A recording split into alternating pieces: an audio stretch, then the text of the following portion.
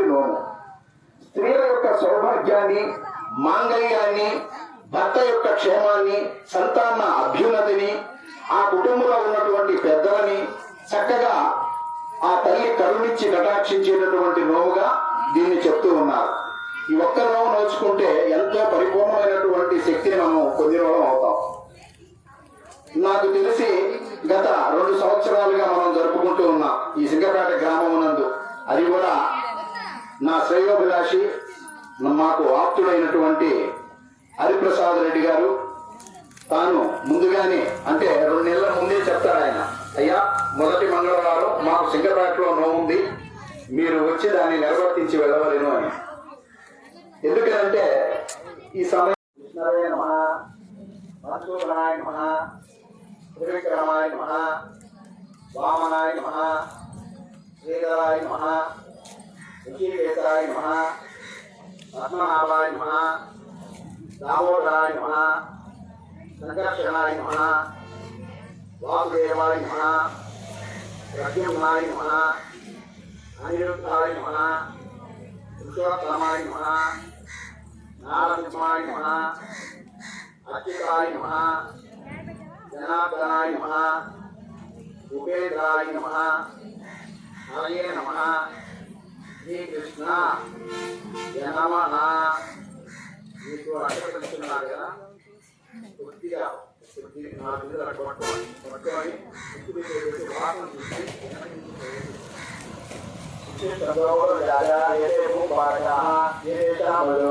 బ్రహ్మకర్మ సమారభే. ఓం భువహావం ప్రమహావం మహావం జనహావం నమః. ఓం దశర్వణ్య మతో భీమసేనమహే శ్రీయో యోనకృతయ మమ ఉపాత్రద్వారా ఈ పరమేశ్వరం శ్రీ బ్రాహ్మణ ఇది రాతే శ్రీరామగర్భే వైకుంఠమన్మకరే కలియుగే ప్రథమపాదే జంబూద్వీపే వత్సవతే వత్సగంగే దేవోపదశే విభాగే ఈశే ఆగే ప్రదేశే కృష్ణా కావ్యే మధ్య ప్రదేశే అగ్నిమోహానిగా చాంద్రమానేన శ్రీ శ్రోణినామ సంవత్సరే దక్షిణాయనే ఫలతో శ్రావణమాసే శుక్లపక్షే ఓంకారికార్యామృతాలే యోగాత్మకరణ ఏం గుణచేయాం పురోహితో శ్రీ అంకమ్మాదేవతాదేవాలయ సంధితో అత్య విధిమానస్య గోత్రోద్భవస్య. ఎవరి గోత్రము మీ కుటుంబ సభ్యుల పేర్లు మీరు ఎవరి పాటు అందరూ చెప్పుకోండి. మీ గోత్రము, మీ పేరు, మీ శ్రీవారి పేరు, మీ పిల్లల పేరు చెప్పుకోండి. అతిమానస్య గోత్రోద్భవస్య మండవాల గోత్రోద్భవస్య అతిమానస్య గోత్రోద్భవస్య మండవాల గోత్రోద్భవస్య అతిమానస్య హరిప్రసాద్ రెడ్డి నామధేయస్య ద్రౌపదీ సమేతస్య శ్రీదేవి నామధేయస్య ఆ అతిమానస్య గోత్రోద్భవస్య రత్నవాల గోత్రోద్భవస్య శిరీష నామధేయస్య శిరీష్ కుమార్ రెడ్డి నామధేయస్య ధర్మపత్ని సమేతస్య गौरी हारिका नामधेयस्य सकुटुम्बस्य क्षेमस्थैर्यविजयारोग्यैश्वर्याभिवृद्ध्यर्थं धर्मार्थकाम्य मोक्षचतुर्विधफलपुरुषार्थसिद्ध्यर्थं इष्टदेवताभिवृद्ध्यर्थं सर्वदेवतानुग्रहफलप्रसादसिद्ध्यर्थं सर्वाभीष्टसिद्ध्यर्थं श्रावणमासे प्रथम मंगलवार रोमवारयुक्तायां मंगलगौरी देवी अनुग्रहफलप्रसादसिद्ध्यर्थं सकलाभीष्टसिद्ध्यर्थं मंगलगौरी देवी सामूहिक पूजां च करिष्ये. ఈ దగ్గర ఉన్న గ్లాసులో నీళ్ళు తాకండి పైన. तदंगत्वेन श्री महागणाधिपति पूजांच करिष्ये. तदंगत्वेन श्री मंगल गौरी देवी अष्टोत्तर पूजांच करिष्ये. तदंगत्वेन श्री मंगल गौरी देवी व्रतकला पूजांच కరిష్యే. చెప్తుంటాను, కొద్ది కొద్దిగా వేయండి, ఉన్నవన్నీ ఒకసారి పోసేసుకోబాకండి. ఓం శ్రీ మహాగణాధిపతి దేవతాభ్యో నమః. ఆవాహయామి ఆసనం సమర్పయామి హస్తయోః సమర్పయామి పాదయోః ఆగ్ని సమర్పయామి ఉపచారి కృష్ణానం ఆపోయిష్టామయం యావత్ శివతరోమోరస్తతే భాజితేనః ఉత్తీరే మాతరః తస్మాత్ కౌరుణ్యభావేన రక్షరక్షో. శ్రీ మహాగణాధిపతి దేవతాభ్యో నమః. కొద్దిగా మీరు వేసుకోన్నటువంటి అక్షరాం సమర్పయామి దేవతాభ్యో నమః. ఓం సర్వకార్యేషు సర్వదా గణపతి దగ్గర వేసేసేయండి అమ్మా అక్షరం. శ్రీ మహాగణాధిపతి దేవతాభ్యో నమః. పునః పూజాంచ కరిష్యే. మళ్ళీ 2 అక్షరాలు తీసి చేతిలో పట్టుకోండి. श्री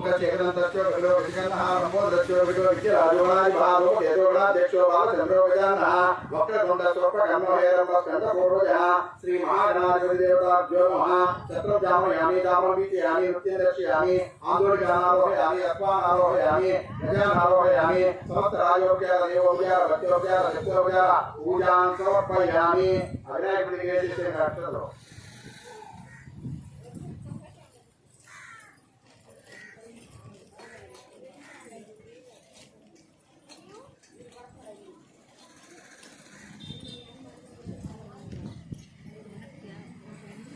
ఏ పని చేయాలన్నా ఎంత యజ్ఞము కానీ యాగము కానీ ఏ వ్రతము కానీ నోము కానీ ఎటువంటి పూజ చేస్తున్నా కూడా ఎవరైనా సరే దేవతలు కానివ్వండి మనుషులు కానివ్వండి మానవులు కానివ్వండి ఎవరైనా కూడా ముందుగా ఆదిగణపతి యొక్క పూజా కార్యక్రమాన్ని చేసుకొని ఆయన యొక్క అనుమతిని తీసుకొని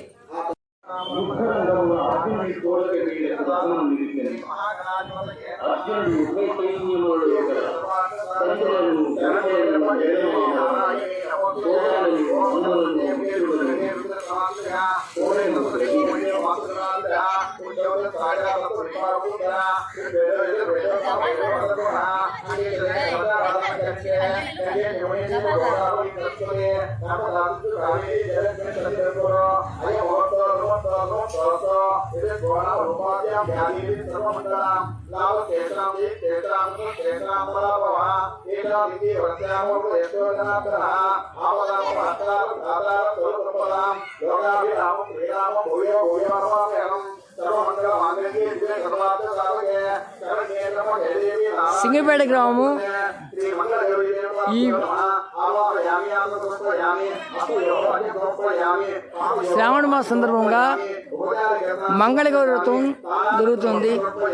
ఈ కార్యక్రమంలో భక్తులందరూ పాల్గొని కలశాభిషేకం చూడండి, కలశంతో అభిషేకం చేస్తూ కలశ పూజ చేస్తున్నారు మంగళగౌరికి.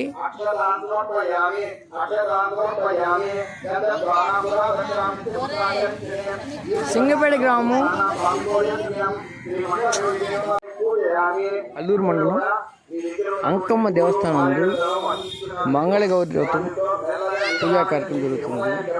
ఈ కార్యక్రమం భక్తులందరూ వచ్చి కలశ పూజతో అభిషేకం చేస్తున్నారు. సింగపేట గ్రామము అల్లూరు మండలము నెల్లూరు జిల్లా అంకమ్మ దేవాలయంలో ఈ యొక్క కలశ పూజ జరుగుతుంది. భక్తులందరూ వచ్చి అభిషేక పూజ చేస్తున్నారు. జయ శ్రీరామ్. సింగపేట గ్రామము అల్లూరు మండలం ఈ యొక్క శ్రావణ మాస సందర్భంగా మంగళగౌరి వ్రతం కలశ పూజతో భక్తులు చేస్తున్నారు.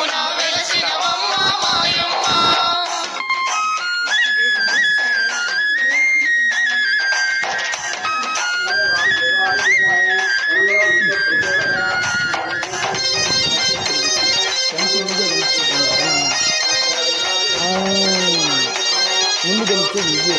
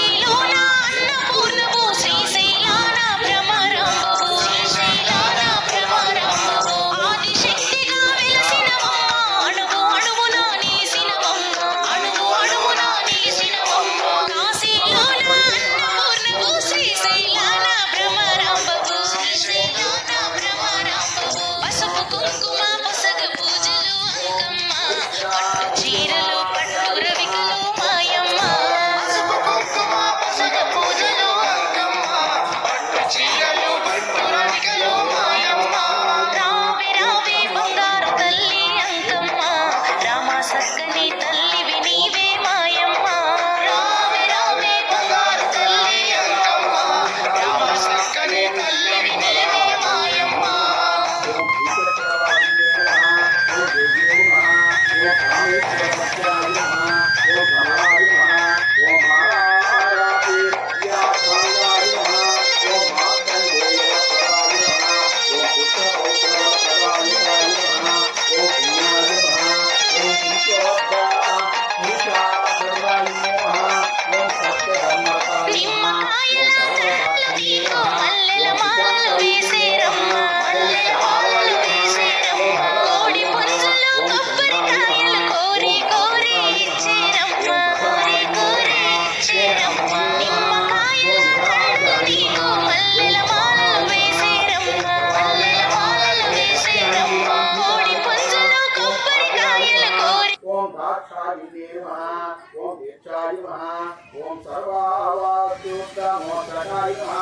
ओम शिवाभिनादाय नमः ओम श्रीविद्याय नमः ओम प्रणवादरूपिणे नमः ओम ईकाये नमः ओम नादरूपिणे नमः ओम विद्याय नमः ओम गुणाय नमः ओम विश्वजाय नमः ओम सुंदराय नमः ओम स्वर्णालव्याय नमः ओम शोधाच देवताय नमः श्री मंगलगौरी देवाय नमः ओम प्रकृत्याय नमः ओम विकृत्याय नमः ओम विद्याय नमः ओम सर्वभूत हितप्रदाय नमः ओम कृष्णाय नमः ओम विकृत्याय नमः ओम सुरक्षाय नमः ओम परमात्मिकाय नमः ओम पद्मालयाय नमः ओम पद्माय नमः ओम सुजाय नमः ओम स्वाहाय नमः ओम स्वराय नमः ओम सुराय नमः ओम धन्याय नमः ओम हिरण्याय नमः ओम लक्ष्माय नमः ओम विद्याय नमः ओम विद्याय नमः ओम आदित्याय नमः ओम विद्याय नमः ओम विद्याय नमः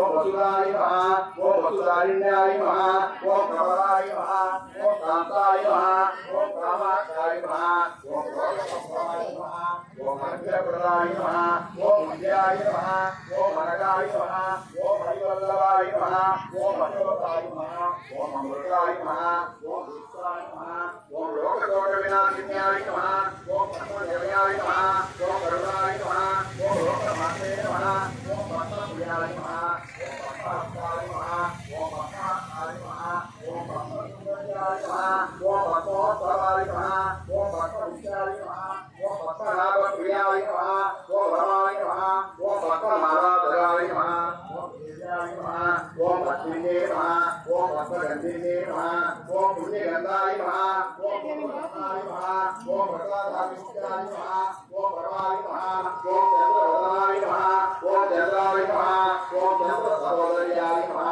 ओम कुसुमप्रियाय नमः ओम चन्द्ररूपाय नमः ओम इंदिराय नमः ओम विद्युत्कलाय नमः ओम आयादजन्याय नमः ओम विद्याय नमः ओम भाग्याय नमः ओम विद्युत्करणे नमः ओम शान्ताय नमः ओम विक्रमाण्यापराय नमः ओम प्रियाय नमः ओम भाग्याय नमः ओम विश्वनाय नमः ओम बड़ारोहाय नमः ओम विष्णुने नमः ओम सुंदराय नमः ओम सारंगाय नमः ओम हरियाय नमः ओम गावाजगत्याय नमः ओम विद्याय नमः ओम भोग्याय नमः ओम भगवताय नमः ओम वरलक्ष्माय नमः ओम वसुप्रदाय नमः ओम सुभाय नमः ओम वेदव्रताय नमः ओम समुद्रकल्याणाय नमः ओम विजयाय नमः ओम मंगलाय नमः ओम देव्याय नमः ओम विष्णुवक्षस्थिताय नमः ओम विष्णुवक्षाय नमः ओम प्रसन्नाख्याय नमः ओम नारायण समर्पिताय नमः ओम भाग्यरूपिणे नमः ओम देवे नमः ओम सर्वोपद्रवारिण्याय नमः ओम नवदुर्गाय नमः ओम महाकाल्याय नमः ओम ब्रह्म विष्णु शिवात्मिकाय नमः ओम त्रिकालज्ञान संपन्नाय नमः ओम भुवनेश्वराय नमः ओम सर्वमंगलमांगल्ये शिवे सर्वार्थ साधके देवी आदित्ये महेश्वरे योगाग्ने योग संभूते महात्मे नमोस्तुते तोर्गो महाभूते महाविद्ये महोदरे महाभावाय देवी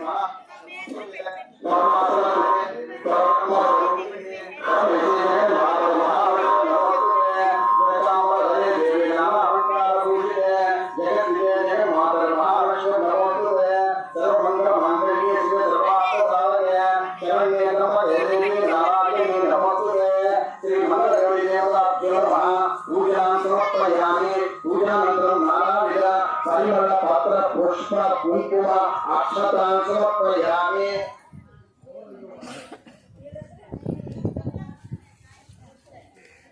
కుంకుమ అక్షతలు నానావిధ పరిమళ పత్ర పుష్ప కుంకుమ అక్షతాన్ సమర్పయామి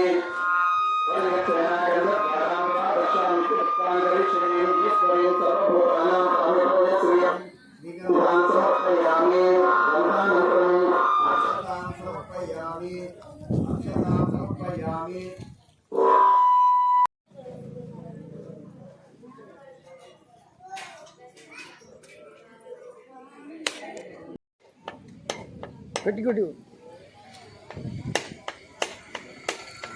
ఇంకైనట్టే నేను చెప్పడం కదా.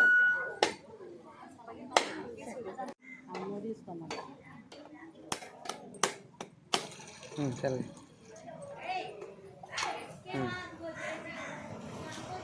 నువ్వు కొట్టు.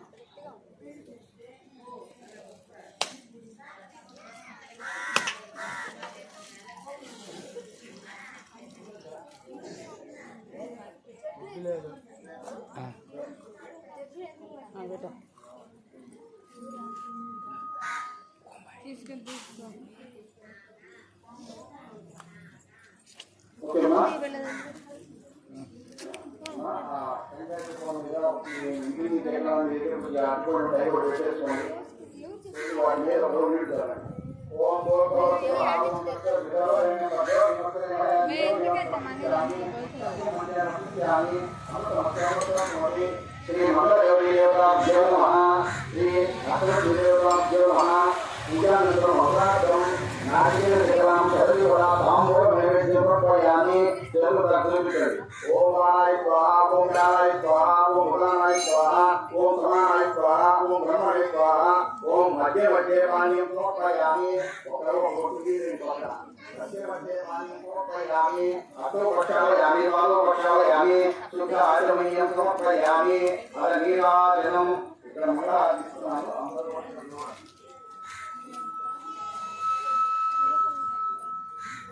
ఓం మంగళం గోవిందాయ మహీయమాత్రే ప్రవచనోజాయ సార్వభౌమాయ మంగళం శ్రీమద్ వెంకటనాథాయ శ్రీనివాసాయ మంగళం లక్ష్మీ సముద్రరాజవయాం శ్రీరంగ రామేశ్వర్యం దాసీభూత సమస్తదేవతాం లోకైక దీపాంకురాం శ్రీమన్మందరాశో బ్రహ్మేంద్ర గంగాధరాం స్వాం త్రైలోక్య బృందిని ప్రత్యుజామృతే ముకుంద ప్రియాం శుద్ధలక్ష్మీ మోక్షలక్ష్మీ జయలక్ష్మీ సరస్వతీ మోక్షపదా ఆపదాపహర్తారం ధాతారం సర్వపదాం యోగాభిరామం శ్రీరామం భూయో భూయోమాయ సర్వమంగళ మంగళే సర్వార్థసాధకే శరణ్యే త్రయంబకే దేవి నారాయణి నమస్తుతే శ్రీ మంగళగౌరీ దేవతాభ్యో నమః కర్పూర నీరాజనం దర్శయామి. అందరూ కూడా హారతి నమస్కారం చేసుకోండమ్మా. నీరాజనం దర్శయామి. నీరాజనానికి శుద్ధ ఆచమనీయం సమర్పయామి. కొద్దిగా అక్షతలు తీసి కలశం మీద వేసేసేయండి. ఇప్పుడు మీరందరూ కూడా ఇంకొంచెం అక్షతలు తీసుకొని చేతిలో పట్టుకొని ఉండండి. ఏ కాదండి ఈ చేతిలోనే ఉంచుకోండి.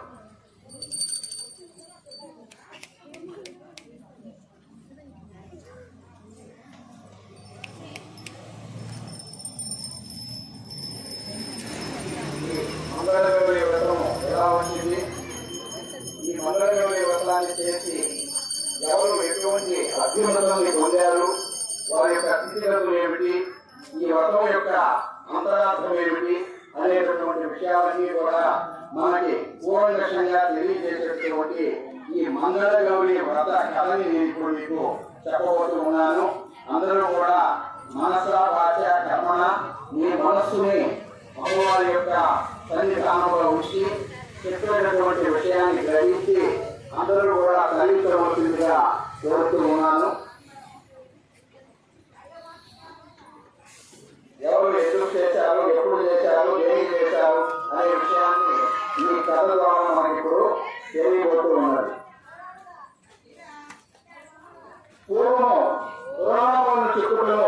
ప్రజ్ఞావంతుడైనటువంటి వాడు సూత మహర్షి. సకల పురాణాలన్నీ కూడా ఈ సూత మహర్షి మనందరికీ కూడా చెప్పడం జరిగింది. ఆ సత్యనారాయణ వ్రతం కానివ్వండి, ఈ మంగళగౌరి వ్రతం కానివ్వండి, ఈ వరలక్ష్మి వ్రతం కానివ్వండి, గణేష్ వ్రతం కానివ్వండి, ఇక ఏ వ్రతం తీసుకున్నా కూడా మనకి తెలియజేసినటువంటి మహానుభావుడు ఎవరయ్యా అంటే సూత మహర్షి. ఈయన ఎట్లా తెలుసు అని అంటే ఈయనకి నారదుడు తెలియజేశారు. ఆ వ్రతాలన్నీ కూడా ఈయన నారదుడి దగ్గర తెలుసుకున్నాడట. అందువల్ల ఈ నారదుడి ద్వారా తెలుసుకున్నటువంటి సూత మహర్షి మనకిప్పుడు ఈ వ్రతాన్ని గురించి చెప్పబోతూ ఉన్నాడు. మనందరం కూడా విన్నాం.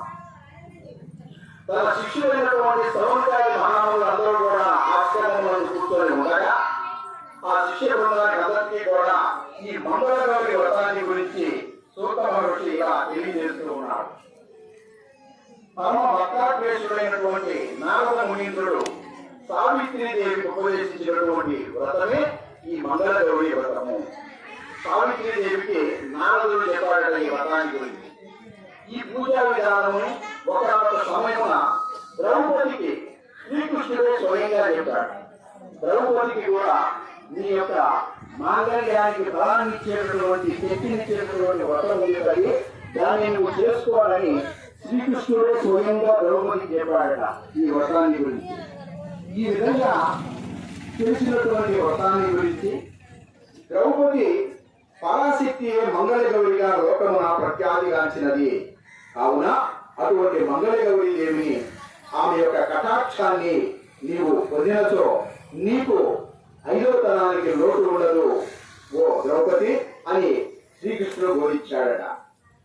ఏ స్త్రీలపైన ఆ తల్లి కటాక్షం ఉండునో వాళ్ళకు వైధవ్య బాధ అనేటటువంటిది ఉండదు అని చెప్తూ ఉన్నాడు. సర్వవిధ సౌభాగ్యములతో వారు అలలాడగలరు.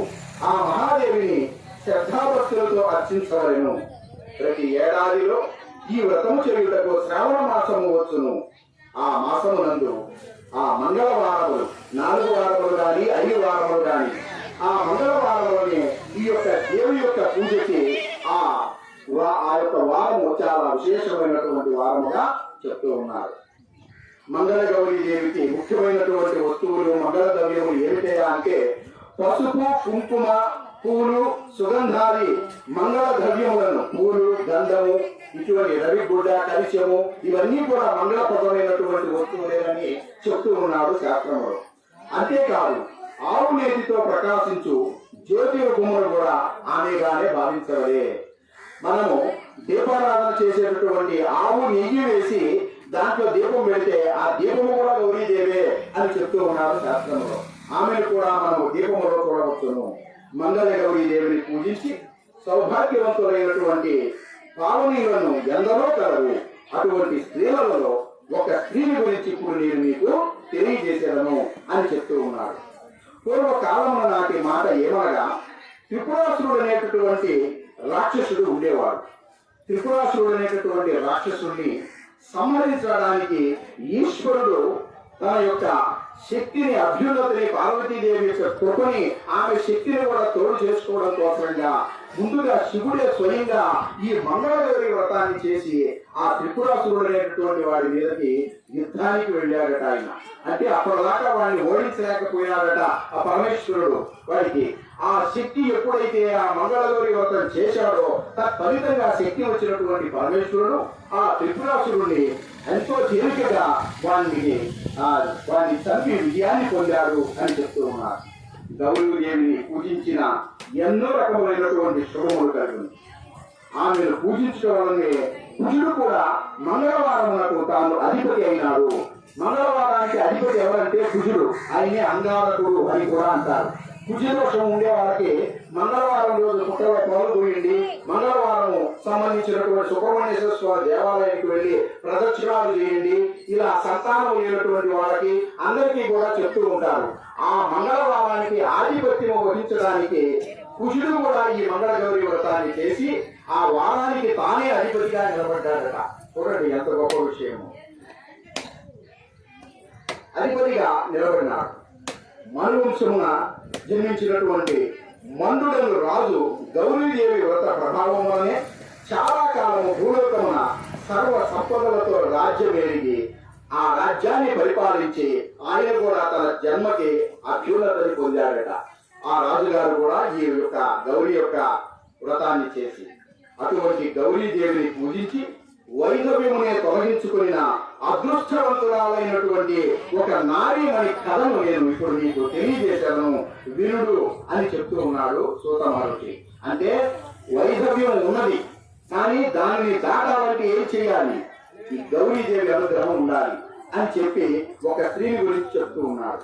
చాలా కాలము క్రిందట జైపాలుడు అనేటటువంటి రాజు మాహిష్మతి అనేటటువంటి నగరాన్ని రాజ్యాన్ని పరిపాలిస్తూ ఉండేవాడు. అతనికి సంతానం లేదు. సంతానం లేదనేటటువంటి ఒక బాధ తప్ప అతనికి ఇంకా ఎటువంటి కష్టము లేదు. కావలసిన ఐశ్వర్యం ఉన్నది, కావలసినటువంటి సైన్యం ఉన్నది, బ్రహ్మాండమైనటువంటి రాజ్యం ఉన్నది. ఎన్ని ఉన్నా కూడా పొరవ ఏందయ్యా అంటే సంతానము లేదు. సంతానము లేదనేటటువంటి ఒక బాధతో అనేక రకములైనటువంటి నోములు, వ్రతములు, యజ్ఞములు, యాగములు, అనేక రకములైనటువంటి దానములు అన్నీ చేశాడు పాపం. కానీ సంతానం కలగలేదు. సంతానం కలగలేదనేటటువంటి బాధ ఆ దంపతులిద్దరిని కూడా బాధిస్తూ ఉన్నది. అటువంటి ఆ బాధలో ఉన్నటువంటి ఆ దంపతులిద్దరిని కూడా పరమేశ్వరుడు కటాక్షించాలని, వీళ్ళకి సంతానాన్ని కలిగించాలని తానే ఒక సన్యాసి రూపమును ధరించి ఆ మహిష్మతి రాజ్య పులిమేర అంటే రాజుగా ఉన్నటువంటి ఆ గృహానికి బయట భాగం చేరి భవతి భిక్షాం దేహి అని అడిగాడట పరమేశ్వరుడు. ఎవరైనా ఇంటికి వచ్చి అమ్మా అని అడిగారు అనుకో, మీరు ఏం చేయాలి? ముందు ఆయన అడగంగానే మీ దగ్గర రెడీ ఉంటుందా? ఉండదు. లోపలికి పోయి ఆ బియ్యం కానీ మీరు ఇవ్వవలసిన డబ్బులు కానీ తీసుకొని వచ్చి ఒక 5-10 నిమిషాలు పడుతుంది లోపల నుంచి వచ్చి ఇచ్చే లోపల. కానీ నేనేం చేశాడు? పరీక్ష అన్నమాట. భవతి భిక్షాం దేహి అని అనేసి వెంటనే వెళ్ళిపోయినారు. పాపం ఈమె అన్నీ రెడీ చేసుకునే పల్లెల్లో ఆ సన్యాసికి ఇద్దామని బయటకు వచ్చి చూసేసరికి ఆయన లేడు. ఇట్లా ప్రతిరోజు ఆయన మధ్యాహ్నం సమయంలో వచ్చేది, భవతి భిక్షాం దేహి అని గట్టిగా అరిచేది. ఆమె లోపల నుంచి వచ్చే లోపల వెళ్ళిపోతున్నాడు. ఈమె చాలా బాధేసింది. అయ్యో, నేను ఆ సన్యాసిని పెట్టలేకపోతున్నానే, నాకేందబ్బా ఇంత భయానకమైనటువంటి పరిస్థితి, ఏం పాపం చేశాను నేను అని చెప్పి మనస్సులో బాధపడుతూ తన భర్తకి చెప్పింది పాపం ఆమె ఈ జరిగినటువంటి ఈ 3 రోజులు జరిగినటువంటి విషయాన్ని. అంతటా ఆ భర్త అయినటువంటి రాజుగారు, సతీ తిలకమా, నీవు బాధపడదు, నేను చెప్పినట్టు చెయ్యను. ఆయన ఎప్పుడు వస్తున్నాడు? మధ్యాహ్నం 12 గంటలకు వస్తున్నాడు. నీవేం చేస్తావంటే ఈరోజు అన్నీ కూడా రెడీగా పెట్టుకొని వాళ్ళింట్లో కూర్చో, ఆయన రాగానే ఇచ్చేసేయి అని చెప్పాడు. సరే, భర్త చెప్పాడు కానీ ఒక బంగారు రాజులు లేదు, బంగారు పళ్ళని తీసుకొని దాంట్లో బియ్యం కావాల్సినవన్నీ కూడా ఏర్పాటు చేసుకొని ఆయన ఎప్పుడు వస్తాడని పక్కలో కూర్చున్నాడు. సమయానికి వచ్చేసాడు పరమేశ్వరుడు. వచ్చినటువంటి పరమేశ్వరుడు భవతి భిక్షాం దేహి అని అనడంతో పళ్ళని తీసుకుపోయి ఆయన పెట్టబోయింది. ఆయన వెంటనే ఇది నేను స్వీకరించను అన్నాడు. సంతానం లేని నీ ఇంట్లో నేను స్థానం తీసుకున్నాను అని చెప్పాడు. అయ్యా, మాకు సంతానం ఏదో నువ్వే చెప్తున్నావు కదా, మరి మమ్మల్ని కరుణించవచ్చు కదా, కటాక్షించవచ్చు కదా, నీవే నిందించుతుంటే నేనేం చెయ్యవలే అని అనగా వెంటనే ఆ పరమేశ్వరుడే మాయారూపంలో ఉండి ఆమెతో ఇలా చెప్తూ ఉన్నాడు. ఓ సతీ తిలకమా, నేను చెప్పినట్లు నీవు చేయము. నీ భర్తకి నేను చెప్పినట్లుగా చెప్పుము. ఏమని చెప్పవలేనంటే, నీ భర్త నీలవస్త్రము అంటే నీలవస్త్రాన్ని కట్టుకొని ఒంటరిగా నీల అశ్వమును, నీల రంగులో ఉన్నటువంటి అశ్వాన్ని తీసుకొని తాను నగరము తూర్పు దిక్కులకు ప్రయాణమై వెళుతూ ఉండను. అంటే ఒక మహా అరణ్యమై ఆ అరణ్యంలో వెళుతూ ఉంటే ఎక్కడైతే గుర్రము అలసిపోయి పడిపోతుందో ఆ ప్రాంతంలో భూమిని తవ్వమని చెప్పు. అక్కడ కింద పక్క ఒక దేవాలయం కనిపిస్తుంది. ఆ దేవాలయంలోకి వెళ్ళినట్లయితే మీరు అనుకున్నటువంటి కార్యం నెరవేరుతుంది అని చెప్పారు. సరే, భర్తకి ఆ పరమేశ్వరుడు మాయారూపంలో చెప్పినటువంటి విషయాన్ని తన భర్తకి చెప్పబడగా అతను అట్లాగే చేస్తాను, మనకి సంతానం కలగడం చాలా ముఖ్యము అని ఆ భార్య చెప్పిన ప్రకారంగా తయారయ్యి నీల వస్త్రాన్ని ధరించి నీల అశ్వాన్ని ఎక్కి తూర్పు దిక్కున ఉన్నటువంటి అక్కడ బ్రహ్మాండమైనటువంటి అరణ్య ప్రాంతానికి వెళ్ళాడు. వెళ్ళి పోతూ పోయినాడు. చాలా దూరము పాపం గుర్రము పరిగెత్తి అలసిపోయి ఒక చోట పడిపోయింది. వెంటనే అక్కడ దిగి తెచ్చుకున్నటువంటి గుణముతో ఆ ప్రదేశాన్ని అంతా కూడా తవ్వాడు. తవ్వితే ఆ తవ్విన చోట భవానీ దేవాలయము బయటపడింది. అక్కడ అమ్మవారి యొక్క దేవాలయము బయటపడింది. ఆ దేవాలయాన్ని చూసి ఆ జైపాలుని భక్తికి మెచ్చినటువంటి ధనమును ఇచ్చాను కొడుకులను అని జైపాల అని ఆ తల్లి అడిగినదట. నీకు ధనాన్ని ఇస్తాను, నేను సంపదను ఇస్తాను, నీకు ఏం కావాలో చెప్పు అని అనకుండా ధనాన్ని ఇస్తానని చెప్పిందట. అంటే ఈయనకి ధనానికి లోటే ఉంది లేదు అని వెంటనే ఆ భూపాలుడు అంటున్నాడట, అమ్మ నాకు ఐశ్వర్యముతో పని లేదు, నాకు సంతానాన్ని కలిగే భాగ్యాన్ని కలిగించండి అని చెప్పి అడిగాడు. సంతానమే కావాలను తల్లి అని పదే పదే అడగగా అంత ఆ తల్లి వైధవ్యము గల కన్య కావాలనా లేక అల్పాయుష్యుడగు సజ్జనుడగు కొమరుడు కావాలనా అని అడిగింది. అంటే వైధవ్యము, నీ కొడుకు పెళ్లి చేస్తే ఆ అమ్మాయి నీ కొడుకు సరిపోతాడు, అటువంటి కొడుకు కావాలా, లేదు అల్పాయుష్యుడు అంటే సగం జీవితాన్ని అనుభవించి చనిపోయేటటువంటి పిల్లవాడు కావాలా అని 2 రకాల ప్రశ్నలు వేసిందట. ఆలోచించాడు పాపం.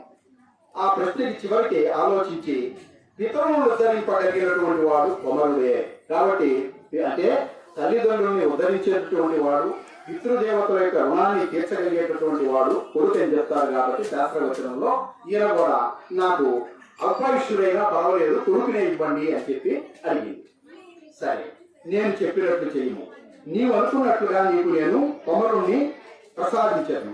అప్పుడు దేవి అతన్ని తన పార్శ్వమున గల గణపతి యొక్క నాభియందు అడుగు వేసి ఆ చెత్తలే ఉన్నటువంటి చూతఫల వృక్షమును నీ ఒక పండును కోసుకుని వెళ్ళి నీ భార్యకి ఇమ్ము అని చెప్పారు.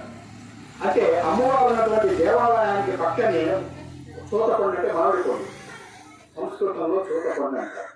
అది చెప్పి అమ్మారనుకో ఏదో కాయ అమ్ముతున్నారంటారు జనాలు.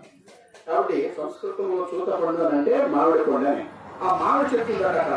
ఆ మామిడి చెట్టు మీదకి నీకు ఆ కాయలు అందాలంటే గణపతి యొక్క రాతి పెద్ద విగ్రహం ఉందట. నువ్వు ఆయన నావి అంటే గణపతి యొక్క బొడ్డు మీద కాలు పెట్టి పైకి ఎక్కితే గానీ ఆ కాయ అందదు. కాబట్టి నీవు అది కోసుకో ఒక కాయి, అది తీసుకెళ్ళి నీ భార్యకి అని చెప్పారు.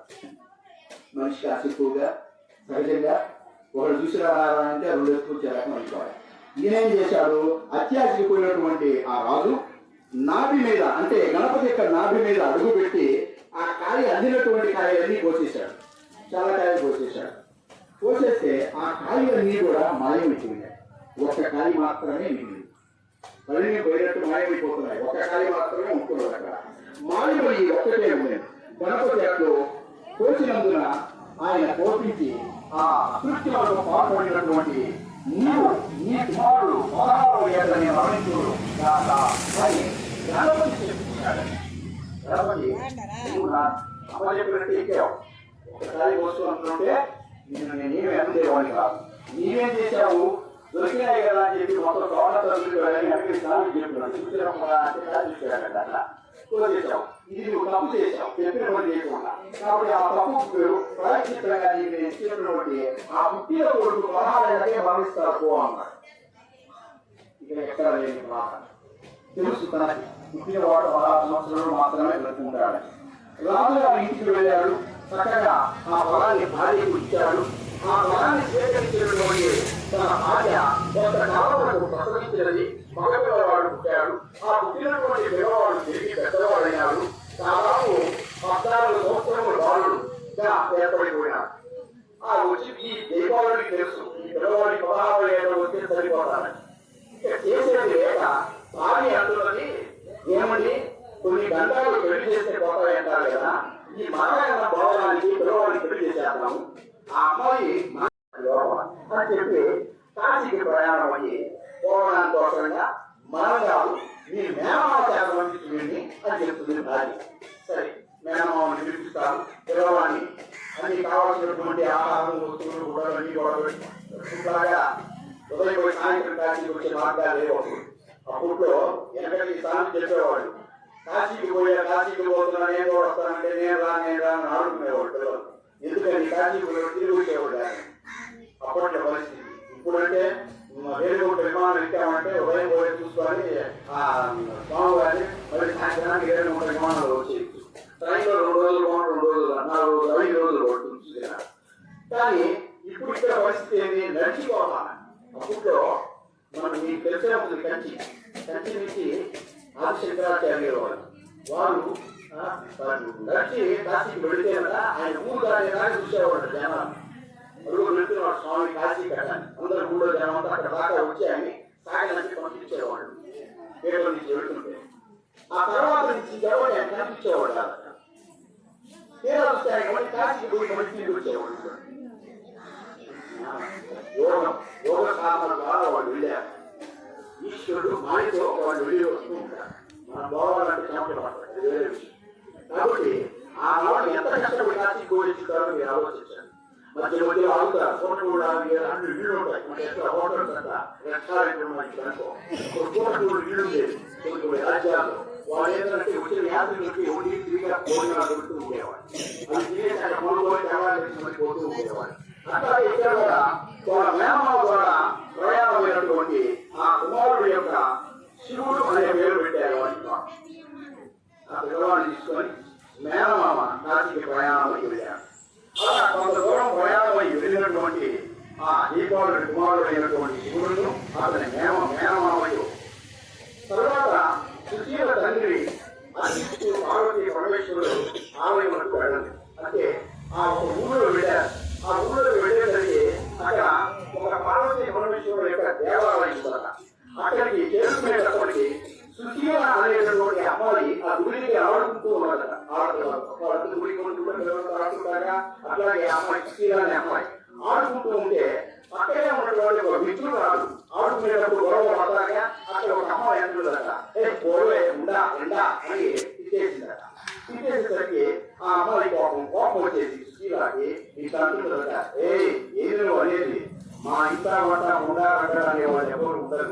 ఎందుకో చెప్తా, మా ఇంటి ఆచార ప్రకారం మేము మొదలు వ్యవసాయం చేసుకుంటాం కాబట్టి మాకు అటువంటివి ఏమి కూడా రావు అని చెప్పి ఈ అమ్మాయి ధైర్యంగా చెప్పిందట. ఈ మాట విన్నటువంటి శివుడి యొక్క మేనమామ ఈ అమ్మాయిని పెళ్లి చేసుకుంటే వీరికి మరగా.